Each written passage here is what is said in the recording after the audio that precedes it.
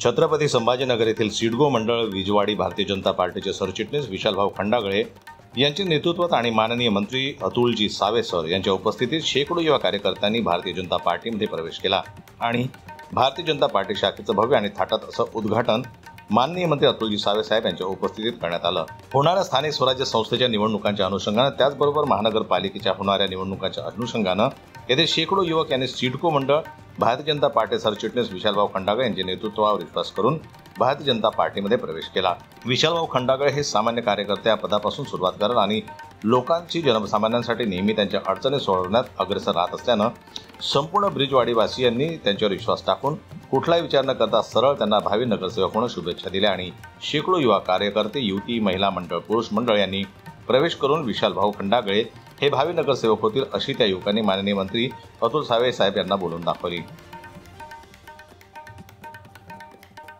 Bharatiya Janata party Chhatrapati Sambhajinagar CIDCO मंडळाच्या अंतर्गत आज या वार्डामध्ये भारतीय जनता पार्टीची शाखाचे उद्घाटन करण्यात आले। या कार्यक्रमासाठी महाराष्ट्र राज्याचे मंत्री नामदार अतुलजी सावे साहेब, या भारतीय जनता पार्टी शहर जिल्ह्याचे अध्यक्ष सन्माननीय किशोरजी शितोळे, महिला मोर्चाच्या आघाड्या अध्यक्षा दैपळे मॅडम, युवा मोर्चाचे अध्यक्ष राहुलजी दांडगे आणि सिडको मंडळाचे अध्यक्ष अमयजी देशमुख आणि इतर मान्यवरांच्या प्रमुख उपस्थितीमध्ये अपक्ष प्रवेश आणि भारतीय जनता पार्टीच्या शाखेचा उद्घाटनाचा सोहळा पार पडला। त्यावेळी माझे सहकारी म्हणून आजपासून रोहन मोरे या वार्डाचे वार्ड अध्यक्ष म्हणून नियुक्त करण्यात आले। त्यांच्यासोबत सचिन वरठे त्यांची पूर्ण टीम आहे।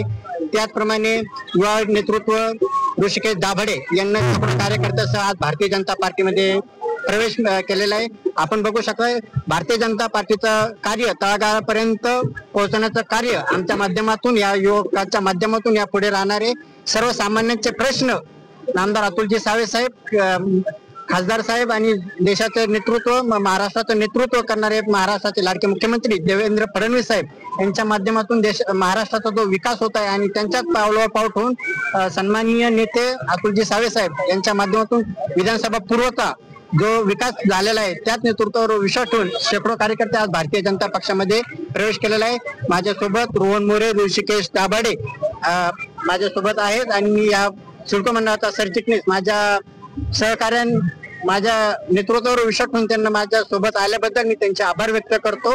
पक्ष प्रवेश केलेला आहे आज भारतीय जनता पार्टीत। सावे साहेबांच्या नेतृत्वाखाली काम करेल, पार्टीसाठी चांगलं काम करेल।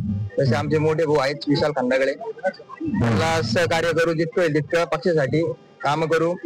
जे तरुण जी पिढी आहे यांच्यासाठी काहीतरी बेरोजगारीचा मार्ग आम्ही आमच्यातून काढू। युवा जितके आमचे युवा आहेत तितके हे प्रयत्न करेन, साहेबांना पण हेच प्रयत्न करेन।